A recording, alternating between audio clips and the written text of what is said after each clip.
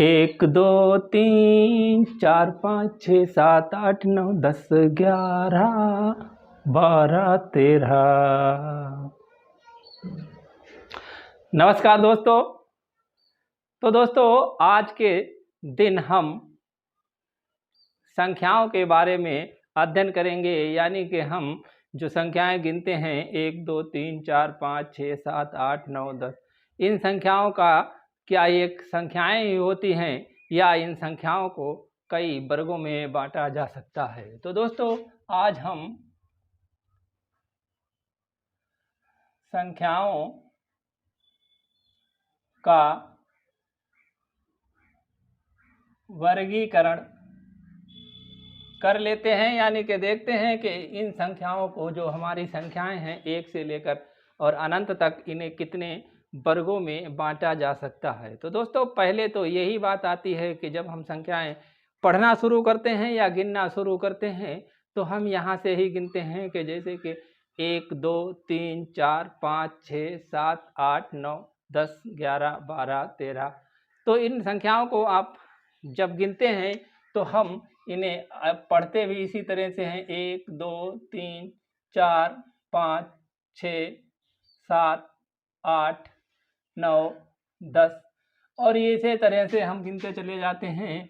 तो ये जो है इन्फिनिटिव तक, यानी कि ये अनंत तक संख्याएं जाती हैं, यानी कि इन संख्याओं का कोई अंत ही नहीं होता है। कोई सबसे बड़ी संख्या मिलती ही नहीं है, सबसे छोटी तो 1 है और इससे बड़ी संख्या कोई नहीं मिलती है। यानी जो भी बड़ी संख्या होगी उसमें फिर से 1 जोड़ दो, वो संख्या फिर उससे भी बड़ी हो जाएगी।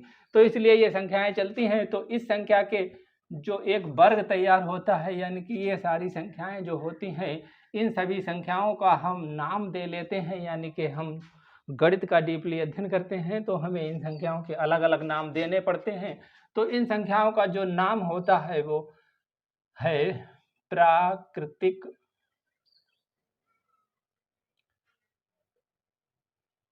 संख्याएं। तो ये हमारी प्राकृतिक संख्याएं हुई, यानी कि ये हमारी जो संख्याएं हैं वो प्राकृतिक संख्याएं हैं 1 से लेकर और अनंत तक। लेकिन ये संख्याएं को हम जिन से बनाते हैं उनको हम अंक के रूप से जानते हैं, तो हम इन्हें अंक कहते हैं। और अंक हमारे पास हैं 0 1 2 3 4 5 6 7 8 9 और 10। तो दोस्तों जब हम यहाँ पर 10 बनाते हैं तो 10 में 1 और 0 ये फिर से आना शुरू हो जाता है। तो हम यहाँ तक ही संख्याएं रखते हैं, क्योंकि ये जो हमारी संख्याएं होती हैं 0 से लेकर और 9 तक, तो ये अंक होते हैं जिनकी सहायता से हम अनंत तक की संख्याओं को बनाते हैं। यानी कोई भी बड़ी से बड़ी संख्या जो होती है वो केवल इन्हीं 10 अंकों से मिलकर बनी होती है। तो हम इन को जो के संख्याओं को प्रदर्शित करते हैं उन्हें हम अंक कहते हैं, अंक के नाम से जानते हैं, यानी इन्हें हम अंक कहते हैं।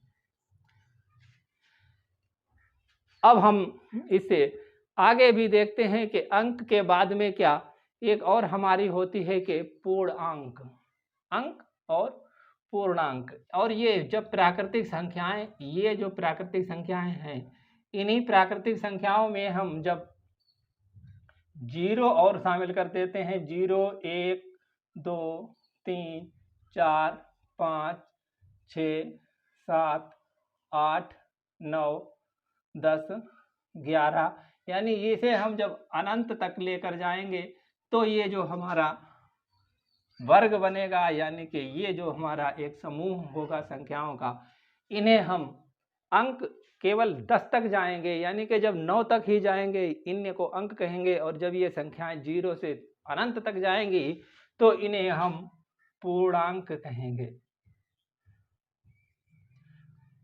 पूर्णांक। तो दोस्तों इन्हें हम पूर्णांक कहेंगे। और इस पूर्णांक के बाद आगे भी कुछ संख्याएं आती हैं, यानी कि यहाँ से हम 0 से स्टार्ट करते हैं तो इसे हम पूर्णांक कहते हैं। लेकिन अभी इसमें कुछ और कमी रह गई है, क्योंकि इस समूह में जो है वो माइनस वाली संख्याएं नहीं हैं तो हम इन्हें माइनस की संख्याएं भी इसमें सम्मिलित कर लेते हैं, यानी कि 0 से इधर के लिए 1 2 3 4 5 6 7 8 9 और ये हम ले जाएंगे इसे कहाँ तक ले जाएंगे, अनंत तक। और इसे बैक में भी ले जाएंगे, -1 -2 और -3। इसी तरह से इसे हम बैक में भी अनंत तक ले जाएंगे, यानी कि इसे माइनस में भी जब हम अनंत तक ले जाते हैं तो ये हमारी बनती हैं पूर्ण संख्याएं, यानी कि होल नंबर, पूर्ण संख्याएं। तो ये जो हमारा एक समूह बनकर तैयार होता है, वर्ग बनता है, इसे हम क्या कहते हैं, पूर्ण संख्याएं। यानी कि इसमें माइनस का जोड़ लेते हैं, इन प्राकृतिक संख्याओं में जब 0 जोड़ लेते हैं तो पूर्णांक बनता है। वहीं पूर्णांकों में जब हम माइनस की संख्या भी जोड़ लेते हैं तो हमारा जो वर्ग बन के तैयार होता है उसे हम पूर्ण संख्याएं कहते हैं। और दोस्तों इन संख्याओं में, इन्हीं संख्याओं के मध्य में भी कुछ संख्याएं होती हैं कि जैसे 1 और 2, यानी 1 से लेकर 2 किलोमीटर तक अगर हम जाते हैं तो एक सफ़र जब हम यहाँ से और इधर का तय करते हैं तो रास्ते में कहीं पर थक कर हम अगर बैठ जाते हैं तो ये होती है संख्या। और इस संख्या को हम किसी ना किसी नाम से ही इंगित करते हैं। तो ये संख्या को हम या तो 1/2 लिखते हैं या फिर हम इसे 0.5 किलोमीटर लिख सकते हैं, यानी कि आधी संख्या है और पौन संख्या है, यानी कि ये बीच में भी कुछ संख्याएं होती हैं और इन्हें भी हम लिख लेते हैं। तो इन संख्याओं को हम कहते हैं 2 वर्गों इन संख्याओं में हो जाते हैं। फिर हमारी संख्याएं होती हैं परिमेय संख्या या फिर अपरिमेय संख्या। यानी कि जब हम इसमें चलेंगे तो हमें कुछ ऐसी संख्याएं भी मिल जाएंगी कि जो परिमेय हो, यानी कि जिन्हें हम 1/2 से लिख सकते हैं। लेकिन यहाँ पर कुछ हमें ऐसी भी संख्याएं मिलेंगी कि जो परिमेय ना हो करके अपरिमेय होंगे, क्योंकि 1 और ये 2 जो है इसके आगे भी जब हम चलते हैं तो हमें यहाँ पर एक संख्या मिलती है जो कि √2 होगी, यानी 1 से तो बड़ी होगी लेकिन 3 से कम होगी। लेकिन उसे हम पूर्णतया अंकों में नहीं लिख सकते, यानी कि ना ही हम उसे 1/2 के रूप में लिख सकते हैं। तो वो हमारी संख्या जो हो जाती है वो अपरिमेय संख्या हो जाती है। तो हमारी जो परिमेय संख्याएं हैं वह सारी संख्याएं जो हम, यानी कि ये पूर्ण ना हो करके पूर्ण भी हो सकती हैं और पूर्ण नहीं भी हो सकती हैं, लेकिन इन्हें जो है वो हम P/Q के रूप में लिख सकते हैं और इन्हें जो है ऊपर अंश बटे हर के रूप में लिख सकते हैं। जैसे कि कोई संख्या यहाँ पर ये 1 है और ये 2 है तो इस 2 को हम 2/1 भी लिख सकते हैं, इसे 1/1 भी लिख सकते हैं। और बाकी यहाँ पर कोई संख्या है तो हम इसे जो है वो 2 से अधिक है तो 2 से जो अधिक होगी तो हम उसे 3/2 भी लिख सकते हैं। तो इस तरह से संख्याएं हमारी चलती हैं। और लेकिन यहीं पर एक ऐसी पोजीशन आ जाती है जिसे हम बटे में ना लिख करके हम इसे इस तरह से लिखते हैं, तो वो संख्या हमारी कहलाती है अपरिमेय संख्या। इसे हम √2, √3 और √4 और √5, लेकिन ये √4 जो है वो इस कैटेगरी में आ जाएगा, क्योंकि ये √4 जो है वो ये 2 × 2 का होगा। तो ये जो है इसका वर्गमूल निकल आएगा। तो इसका √4 का मतलब ही है 2, और इस 2 को 2/1 के रूप में भी लिखा जा सकता है, यानी कि इसे पूर्ण संख्या के रूप में लिखा जा सकता है। जबकि अपरिमेय संख्या वह संख्याएं हैं जिन्हें पूर्ण संख्या के रूप में नहीं लिखा जा सकता और ना ही इन्हें अंश व हर के रूप में लिखा जा सकता है। तो इसलिए जो 2, 4 है या कि हमारी 9 है, इस तरीके की संख्या जो 16 है, इस तरीके की संख्या अगर अंडर रूट में है तो अंडर रूट 16 और अंडर रूट 9 अगर ये हैं तो ये संख्याएं परिमेय संख्याएं होंगी, ये अपरिमेय नहीं है, क्योंकि अपरिमेय संख्याओं की ये पहचान ही नहीं है कि अंडर रूट के अंदर लिखी होंगी तभी होगी। लेकिन अंडर रूट के अंदर लिखी हुई जब होगी जब वो संख्याएं पूर्ण वर्ग हों, और पूर्ण वर्ग के बाद में उसका वर्ग निकालना भी मुश्किल हो, यानी कि उसका वर्ग 0 के बाद जो है वो कुछ अंकों तक ना होकर अनंत तक जाता हो। यदि 0 के बाद कुछ अंकों के बाद वर्ग रुक जाता है या कि फिर दोहराने लगता है तो उस संख्या को हम सही और बटे के रूप में लिख सकते हैं, यानी कि अंश बटे हर के रूप में लिख सकते हैं। तो वो संख्या परिमेय संख्या होगी, अपरिमेय संख्या नहीं होगी। तो इसलिए इसे बात को जो है वो समझ लेना चाहिए, और ये ऐसे समझ जाओगे तो कभी भूलोगे ही नहीं परीक्षा में या कहीं भी, और कभी भी जिंदगी भर ये भूल नहीं पाओगे। तो ये हमारी हो गई हैं प्राकृतिक संख्याएं और पूर्ण संख्याएं तथा पूर्णांक, और परिमेय संख्याएं और अपरिमेय संख्याएं।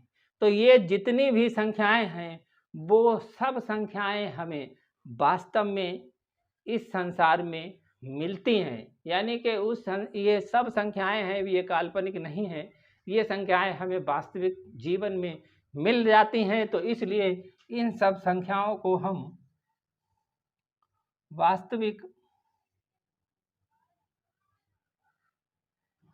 संख्याएं कहते हैं। यानी वास्तविक संख्याएं क्या है? जो भी संख्या हमें इस संसार में मिलती है वो वास्तव में संख्या होती है तो वो वास्तविक संख्या है, ये कोई काल्पनिक संख्या नहीं है। जो काल्पनिक संख्याएं होंगी वो वास्तविक संख्याएं नहीं होंगी। तो इसलिए काल्पनिक संख्या नहीं है। इन जो संख्याएं मैथ में हमें जिनका अध्ययन करते हैं वो संख्याएं हमें वास्तव में इस संसार में मिलती हैं और वो संख्याएं मौजूद होती हैं, इसलिए ये संख्याएं वास्तविक संख्याएं होती हैं। तो वास्तविक संख्याओं में क्या होती हैं? सभी परिमेय और अपरिमेय संख्याएं आती हैं, यानी कि सभी परिमेय व अपरिमेय संख्याएं, और सभी परिमेय और अपरिमेय संख्याओं में पूर्णांक और प्राकृतिक संख्याएं ये सभी आ जाती हैं। लेकिन ये अंक जो हैं ये वही चीज है जिनसे कि हम संख्याओं को प्रदर्शित करते हैं। जैसे कि कोई भी संख्या होती है उसमें 76 जैसे हम ले लेते हैं 76, इसमें ये 2 संख्याएं हैं। इन संख्याओं में इस संख्या का जो वास्तविक मान है, यानी कि जो इसका प्लेस वैल्यू है, यानी कि जो इसकी एक्चुअल वैल्यू है वो वैल्यू तो 70 है और इसकी एक्चुअल वैल्यू जो है वो है 6। लेकिन इस संख्या का अंकीय मान 7 ही है। अंकीय मान ये कभी बदल ही नहीं सकता, इसलिए अंकीय मान और स्थानीय मान जो संख्याओं के दो एक समूह वर्ग वो होते हैं जो अंकीय मान होता है, और स्थानीय मान वो संख्याओं का मान होता है। जबकि ये सारी संख्याएं जो है वो मान ही प्रकट करती हैं, यानी कि जब 2 से अधिक 3 अंक होते हैं, 4 अंक, 6 अंक, 8 अंक, जितने अधिक अंकों की संख्या होगी उतना ही उसका मान अधिक होगा। तो दोस्तों इस तरह से इनका अंक और संख्याओं में बहुत फर्क होता है। अंक केवल हमें संख्याएं प्रदर्शित करने के लिए ही बनाए जाते हैं, जबकि संख्याएं जो हैं वो वास्तव में होती हैं और उनका अध्ययन होता है और वो बहुत ही बड़ी बड़ी संख्याएं होती हैं, लेकिन उन्हें अंक केवल इन्हीं 10 अंकों से ही प्रदर्शित हो जाती हैं। तो इस तरह से अंक और उसका मान जो है वो संख्याएं होता है। तो इन संख्याओं के बारे में अब आप समझ गए होंगे। आगे इन्हीं संख्याओं का कुछ और वर्ग हम कर लेते हैं जो कि संख्याओं के मान से संबंधित होते हैं। तो ये जो हैं वो वर्ग हैं, जैसे कि हम कहते हैं सम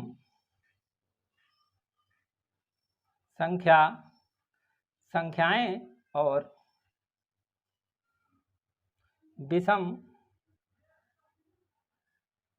संख्याएं।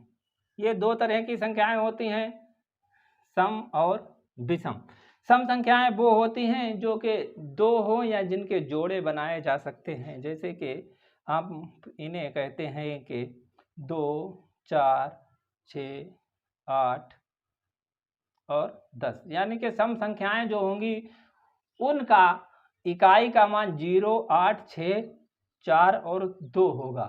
और विषम संख्याएं जो होती हैं वो 1, 3 और 3 के बाद में 5 आती है, फिर 7 आएगी और फिर 9 आएगी, फिर उसके बाद में 11 आएगी, फिर 13 आएगी। यानी कि इन संख्याएं जो विषम होंगी उनका मान 1, 3, 5, 7 और 9 होगा। तो वो संख्याएं विषम संख्याएं होंगी। और कितनी ही बड़ी संख्या हो, ये इकाई का मान आप ये देख लीजिए, ये जिनमें इकाई का मान होगा वो संख्याएं विषम, और ये वाला मान जिसमें होगा वो संख्याएं सम होंगी। तो ये सम और विषम संख्याएं होंगी। अब हमारी कुछ संख्याएं और आती हैं, जैसे कि भाज्य व अभाज्य।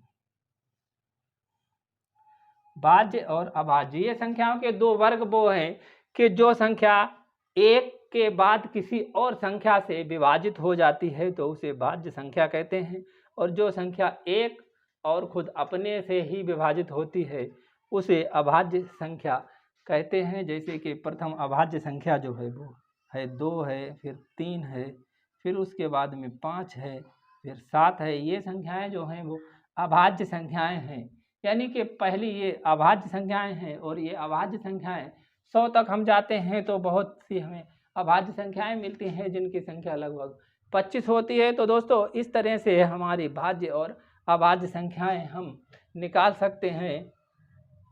यहाँ 11 और 13 फिर 17, इस तरीके से ये अभाज्य संख्याएं चलती रहती हैं और ये 100 तक चलेंगी। तो ये भाज्य और अभाज्य संख्याएं, इनका हम अलग से भी विस्तार से अध्ययन करेंगे। अभी हम यहाँ पर इनका वर्गीकरण कर लेते हैं, यानी कि अब संख्याओं का हम वर्गीकरण जो है पूरा कर चुके हैं। और ये पूरी संख्याएं जो हमारी हैं वो हैं ये प्राकृतिक संख्याएं, और इन प्राकृतिक संख्याओं को हम कहते हैं नेचुरल नंबर। फिर ये अंक होते हैं, अंक को इंग्लिश में डिजिट कहते हैं। ये पूर्णांक, इन्हें जो है इंटीजर्स के नाम से जानते हैं, ये पूर्णांक होते हैं, इन्हें इंटीजर्स के नाम से जानते हैं। वहीं ये पूर्ण संख्याएं जो होती हैं इन्हें हम होल नंबर के नाम से जानते हैं।